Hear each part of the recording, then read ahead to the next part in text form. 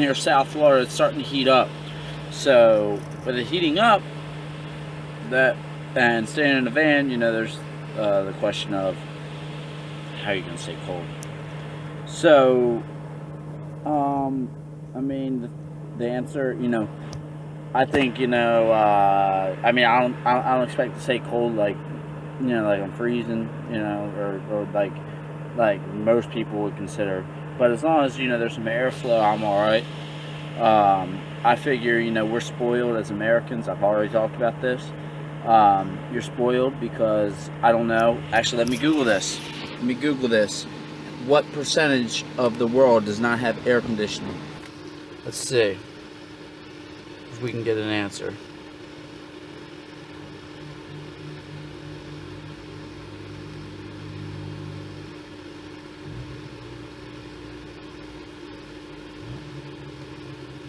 I don't know. I can't figure it out, but I'm pretty sure like the majority of the world doesn't have air conditioning.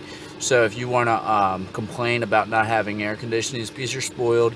And I mean, as Americans, we are spoiled. So we're used to conveniences such as air conditioning. So really, enjoy the weather. So enjoy the weather. But with that being said, there are some things you can do that you can you can do and stay cooler than what the air is out there. So what I'm doing right now, I make sure I keep my vents open. I keep my vents open on my windows at the bottom. That always gives a good breeze flowing through. I also have my door windows open. A lot of times I'll keep this door open. I just had this open, but it okay, I closed it, whatever. But more than that, I actually made a air conditioning. Not a air conditioner what you would think, but something that puts out colder air that you can walk up to or slide up to, and it'll be colder. And also, I keep my shirt off just because a shirt makes you hot. So I'm gonna invest in more. In Maryland, it doesn't get the heat is kind of bearable. It's more humid out here, I guess.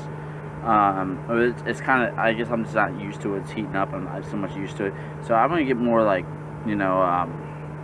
whatever you call them, shirts with the thin spot tank tops. More so than just t-shirts. Like t-shirts, like it's easy to sweat in them. But what I've been using here is my makeshift air conditioning. So this right here is a 12-volt fan. This is plugged into my van cigarette outlet, and it's blowing into a box, a styrofoam box. The air goes down and it comes out right here, and it's blowing out pretty cold air because at the bottom of this I have snow. That is from the ice rink that is right there next to me where I'm working. It's the upstairs is the gym and downstairs is an ice rink. And when the machine comes by and they they make the ice new, like they do at ice rinks, they throw the excess ice outside, which looks like snow. And it's not going to be as cold as ice, and it's going to melt faster, but it's free. Ice costs $2, so that's that can add up. $14 a week for air conditioning if I was going to put a bag of ice in there. I could also, you could also probably just go to like a McDonald's or Burger King, whatever, wherever, and just get some ice. Ask them, tell them, I need some ice, whatever, and they'd probably be able to do that. Especially if you're on the road. I don't know so much if you're static. If you go in the same place, get the ice, they might get a little annoyed with it. But I just go back there, and the ice is gonna melt anyway, so I just throw it in there a little bit and let it blow out. So it blows out pretty cool air right here, and keeps me cold. I'll just go like this, and I got cold air blowing on me right now. It's not as cold as ice would be, and it melts a little bit faster. But really, there's only right now, since it's March, there's only that short bit of time that is going to be really hot in the day. and a lot of times I'm in there. The main thing is I kind of want to keep it a little cold in here, just because I do have a cooler, and I don't want my food to go bad so fast. And that's another thing. I stopped buying, now that it's gotten warmer, I stopped buying like a whole week's worth of food. I'll more so go like every other day. Now, there is an expensive fix that I can do for this, which I probably will eventually, is get an actual air conditioning for the back window. So it would go right in the back window, right in one of these windows here, and I would have an air conditioner. I would hook it up to my deep cycle batteries, and it would run. There's some running at 460 watts. I have a 1,000-watt inverter. I can get a higher watt inverter. There's a couple of other things that I want to do in the future that they're going to cost a little bit more. They're going to cost money, but they're going to give me more convenience. And it's not that I'm living, without convenience or anything like that. It's just got to save up for some stuff, and this works for now. But it can get to be a pain to put ice in there every day. But it's not as much of a pain as having to pay a $1,000 a month rent. Something I don't own.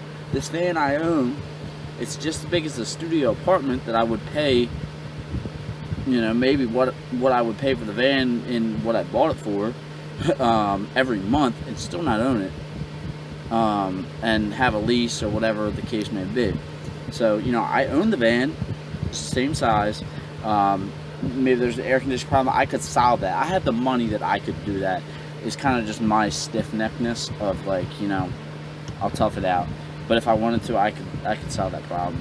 But I don't really feel that bad, and I think instead of being spoiled, let's live like the rest of us. Let's experience what God made. Let's experience the weather out here. And the Indians did it. Not even the Indians.